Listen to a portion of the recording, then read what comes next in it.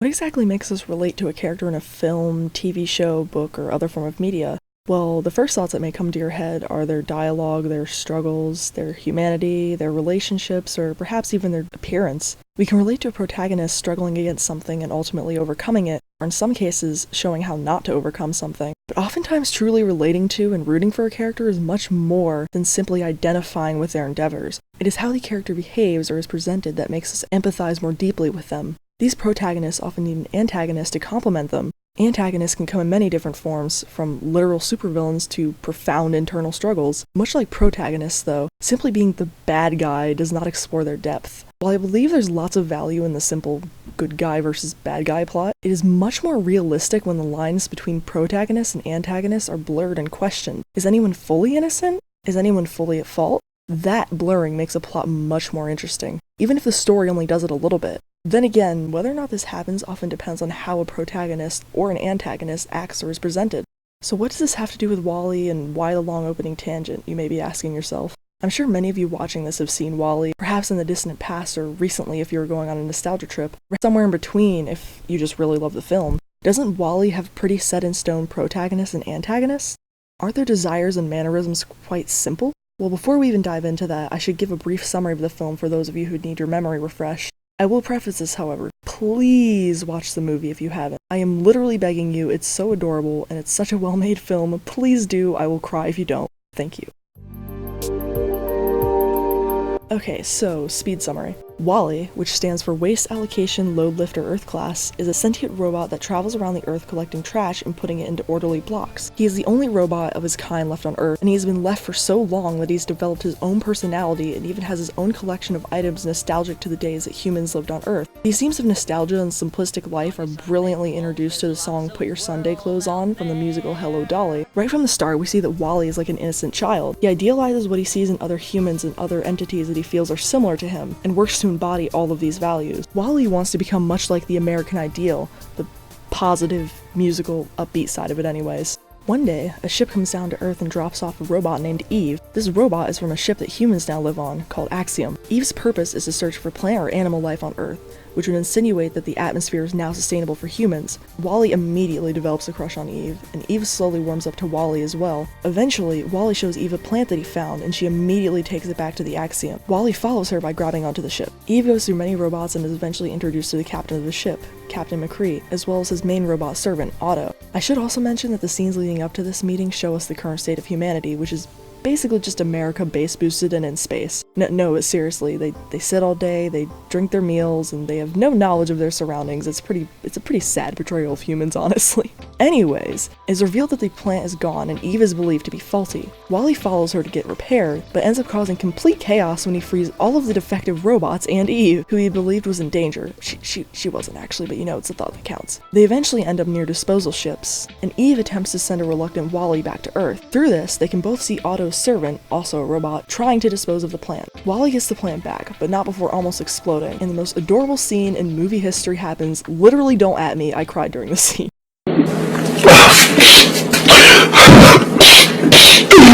After that, WALL-E and Eve spend the rest of the movie trying to, and eventually succeeding, in getting the plant back to the captain and into the necessary area to send Axiom back to Earth. The captain assists in this because of his newly found love for earthly life. It is discovered that Otto has long-established orders from past leaders to never allow Axiom back to Earth, and a struggle ensues between the two before the plant is eventually placed in the correct pod to send humans back to Earth. Oh, and also, WALL-E almost dies and almost loses his sentience, but is brought back to his sentence by the love of Eve. The movie ends happily with humanity back on Earth, and their lives no longer ruled by gluttony and robots. Now that's a word combination. With that out of the way, who's the enemy in WALL-E? Well, the first thought you might have would be Otto, as he attempted to prevent humans from going back to Earth. While it is true that he's closest to the bad guy in the film, he still isn't entirely an antagonist. Otto was still made by humans, and whether or not he gained the desire to keep humans stationary by himself or because of the programming by humans is somewhat irrelevant. Either way, Otto has some level of sentience that makes him want to avoid the risk of going back to Earth, whether it's for selfish reasons, because of orders, or because he genuinely fears the fate of humanity. Personally, I believe it's a mixture of the first two, but even then he has sound reasoning behind his actions. Otto's lines between protagonists and antagonists are being blurred here. Another answer to the question of the enemy is, of course, humans. Humans polluted the Earth severely. Humans were the ones who made the robots that rule their lives. Humans destroyed their planet and continue to destroy themselves in space through inactivity, materialism, and honestly just pure laziness. The leader that may have ordered the robots to never go back to Earth could also be seen as villainous, as he very well could have realized the personal gain the rich and powerful could acquire through the overstimulated, underactive, and materialistic humans on a contained ship. Even despite these facts, the humans in the movie are almost portrayed similarly to WALL-E. They're innocent. Even the captain of the ship has no passed down knowledge of Earth that makes him think of going back home before WALL-E and Eve show up. The humans in the movie are shown as lazy, but the entire human race almost goes through its own arc as they realize the potential outside of sitting in a chair and drinking pickle peanut butter flavored meal replacers all day. I think the biggest example of this is with John and Mary, who both get their monitors turned off either directly or indirectly by WALL-E. Because of this, they are more aware of their surroundings and develop an actual human relationship. I really enjoy how this film portrayed the different levels of fault in humans, as it shows that the universal mindset of people can change, and how much powerful individuals can affect universal standards of living. It also shows that individuals can go up against that universal mindset and change a lot. It's such a simplistic way to show humankind, but at the same time it's so layered. Either way, they're still not entirely villainous. Humans are innocent to an extent. More lines are blurred. Similarly, the By and Large Corporation in WALL-E could be seen as villainous. Personally, I find this corporation to be the most shady out of the potential antagonists in the film. Although the corporation must have been created by humans, even with the possibility it may have been taken over by AI later, there is a certain amount of separation between corporations and the humans in the movie. This isn't exactly different from real life, where many large corporation owners are also hidden from public view because they don't lead very famous or public lives. Many of them also do questionable things with that power. That's for a different video.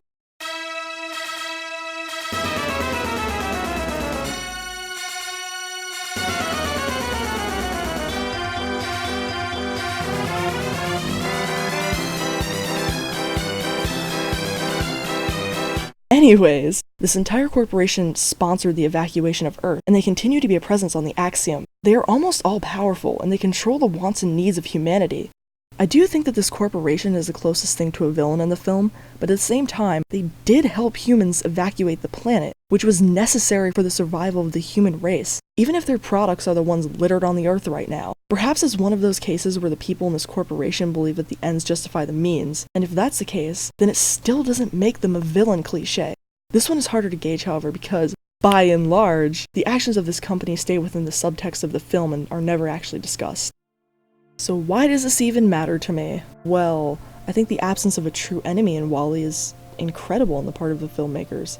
Andrew Stanton, whether intentionally or not, clearly reflected a ton of reality in what is a complete unreality. Not to mention, he did this while keeping the story appropriate and accessible to children. The cute love story between Eve and WALL-E is good in its own, but it becomes fantastic when you put it in the context of the rest of the film. I mean, hell, even Eve seems like a possible villain at the very beginning of the film. WALL-E and Eve make a good pair because their priorities change due to the presence of the other. By the end, the main story where the humans and the robots are getting back to Earth, both WALL-E and Eve have their love intact, and they also have their combined duty of helping rebuild the planet.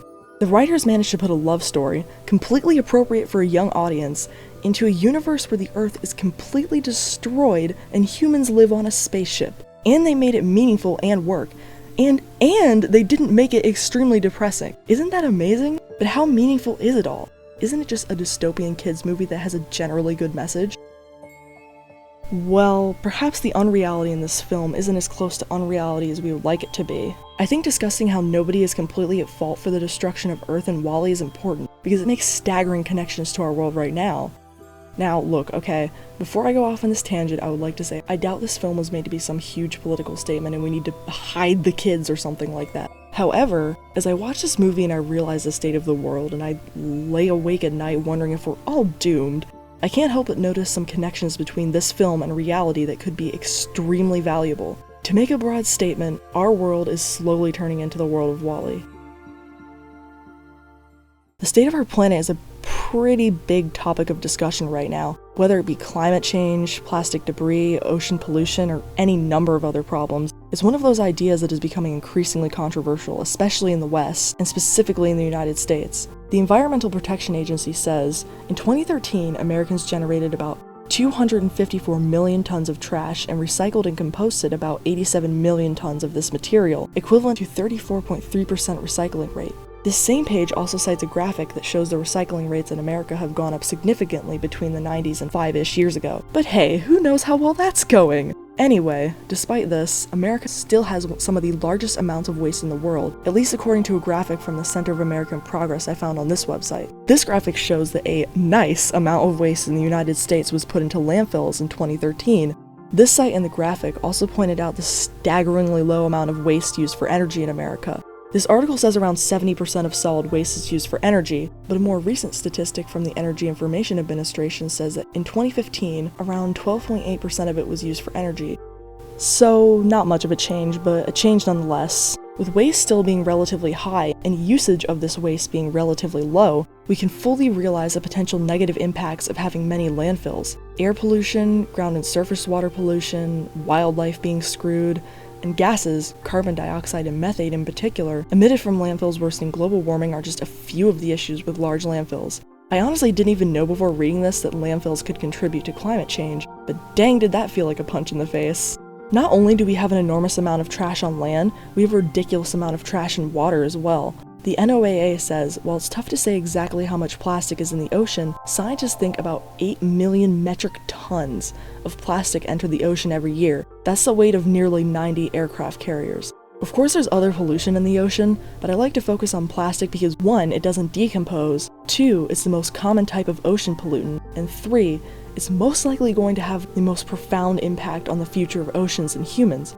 All 3 of these are pretty intertwined, as in, because plastic doesn't decompose, and because humans like to use a lot of it, a lot of ocean plastics will eventually break down into microplastics. A quick Google search will reveal some of the issues and potential issues of large amounts of microplastics. This website that was last updated in 2018 summarized that microplastics are basically everywhere, including the air, the water, and many types of seafood. Although there is no current information to prove this, there's also a potential that extremely small microplastics can carry contaminants into the human body, move through intestinal walls, and cause tissue damage. The site also showed a study from 2017 about fish behaving differently due to nanoplastics that had gotten in their brains, and animal plankton straight up dying when exposed to them. However, I wasn't able to find how this study was conducted, and the effects on fish cited were a bit vague and minimal, so there is that to consider as far as the accuracy goes here. Even despite that, it's just a little bit worrying that the ridiculous amount of plastic people use and gets put in the oceans could eventually end up in our brains and at some point subsequently impact the way that we behave. Through all of this, I haven't even mentioned global warming yet. A little less than 10 years ago, this NASA Earth Observatory article said that the temperature on Earth could increase anywhere from 2 to 6 degrees Celsius depending on just how much the usage of fossil fuels increases, or, if you want to be positive, decreases. A more recent article from Sciencenordic summarizes that there's a potential for the Earth's temperature to raise 5 degrees by 2100 if no changes in human activity occur. Many of you have probably heard of the 2 magic numbers going around, being 1.5 and 2 degrees. These numbers are the goals of the Paris Agreement, which seeks to keep the global temperature of this century below 2 degrees and hopefully even below 1.5 degrees. That sounds pretty reasonable. Finally, an agreement that could perhaps make Oh wait, the United States is refusing to participate in it right now. Maybe we aren't causing that much harm? It's still progress, right? Oh. Well, China's still in it at least. Look, okay, I know America is a much larger country than most, so we're bound to use more greenhouse gases, but this is still pretty sad. We have very little time left to try and drastically change the potential warming, and we're regressing. And I know that some of you out there believe that the effects won't be that bad or won't impact you, but when people from the coast start overcrowding your towns because theirs are flooded, and when all of the crazy weather stuff starts amping up, either you, your children, or your grandchildren will be impacted somehow. How much do we really want to risk the small uncertainties in climate prediction to remain comfortable for now? Sorry, lost my composure a bit there. But it's just a bit of depressing food for thought, if you will. Even just from a few-minute rant, it's clear to see that no matter your extent of beliefs and changes in the climate and environmental problems, it is a hot topic of discussion and there is a lot of merit as to why it is. I'm sure most of us would like to imagine that we would never get to the point of living in a world like the one depicted in WALL-E, but are we really that far away from it? Even so, where else do we have to go? We'll get our act together eventually, right?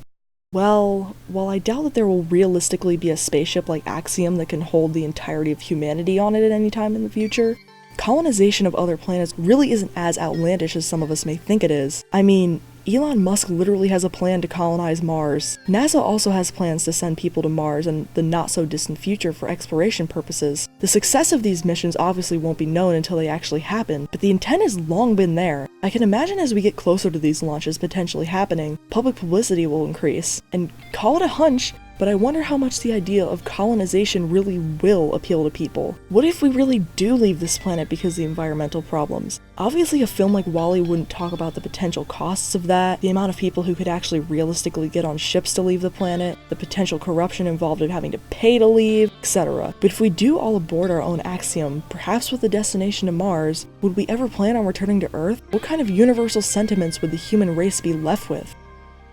Well, in WALL-E, the human race has been in space for so long that they hardly have any knowledge about Earth. They're all purely hedonistic and have no aspirations outside of what is currently given to them. Obviously, our human race is a bit more complex than that, and I'm almost certain that if safety were acquired on another planet and life was settled down like usual, people would grow the same desires and pursuits they currently have for work, their health, and their happiness. At the same time, though, the safety may not be the best thing. We will feel safe knowing that this time we escaped the result of carelessness. We have the ability to leave planets that we destroyed time and time again. Will we ever be able to stabilize life on a planet like Mars if we can't even fix a planet that already gives us life? Now obviously, even without climate change, something would happen to the Earth eventually and the human race would be in jeopardy. I do not think the pursuit of space colonization or even just trips to space for research purposes are a bad thing. In fact, they're extremely valuable for the future of humanity and how we understand the universe around us. All I'm trying to say is, should we strive to go to space out of necessity, or should we go to space out of the desire for knowledge? Are we going to literally run millions of miles away from the destruction only to cause it again? Or are we going to buckle down and at least see if we can fix the situation we're in? At least see if we can change it. Well, I'm sure it's obvious what I think we should do, but maybe the Axiom is just that desirable to some people, and if that is where we end up, maybe it'll take the tiniest little event in the future to change us. But say we do change. How? Who do we point the finger at? Well, in the world of WALL-E, it truly seems that everybody was responsible for the state of the Earth. I mean, maybe other than WALL-E himself, but you know, is that something we notice about our world right now? Well, I for one think that everyone is slightly at fault, and I believe that most people would agree with me unless they want to take the full blame or take no blame at all for the destruction of our planet. I suppose what I'm trying to get at here is, nobody's acting like it's everybody, even if we all know it. On social media, people who are trying really hard are quick to point the finger at individuals who are doing less. Those who are doing very little are quick to point the finger at corporations, and also quick to say that the ones calling them out are radicalists. Or in some cases, there are those who don't even believe their behavior is harmful. We seem to lack a healthy compromise that also strives for overall progress, and I feel that's exactly where our world differs from WALL-E. Even though the human race destroyed the Earth through the corporations they built, their leaders that took power, and their individual choices, in the end they were gained the desire to help the Earth. None of them went through some revolutionary metamorphosis to start rebelling and changing their whole personalities.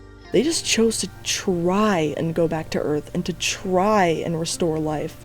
In reality, there's so much more value in people agreeing to try their best to work towards the collective good of humanity and allow people who are particularly passionate and innovative to become the leaders. Having a few people leading without open arms and a public that does nothing or only a little won't solve anything. And don't get me wrong here, the scientists and activists are competing with huge corporations and politicians who don't want their agenda harmed by some pesky environmentalism. The fact that WALL-E captures all of this and continues to be relevant to society in different ways is just heartbreaking yet incredible to me. In summary, a simple little kids movie got me thinking, will we use compassion and understanding to affirm necessary change, or will we continue to base the most pressing societal issues on ego? I think we should all look to WALL-E for the right answer.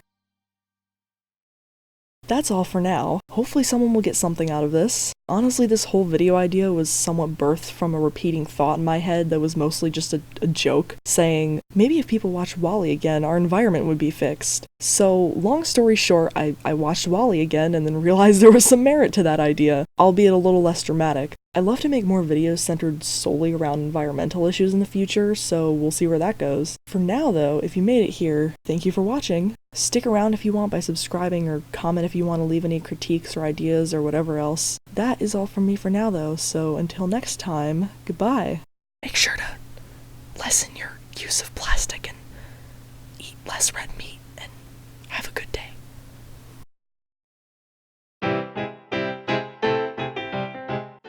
WALL-E, which stands for Waste Allocation. Oh my god. I should have known that would happen. As he very well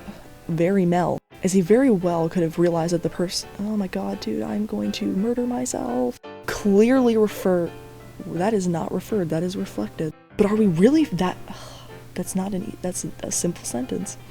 However, this I couldn't see how this good sentence structure there. All of one, it doesn't compose. It doesn't compose. It's not fucking Bach or some shit. Jesus Christ. They're leaders that take. Oh my god, that was not the correct intonation. Fucking chills. Even through the corporations they build, they're leaders that take power and their individual choices. In the end, they regain the desire to help the earth. Before we get to number 1, my name is and a public that does nothing or very little to stop the background noise.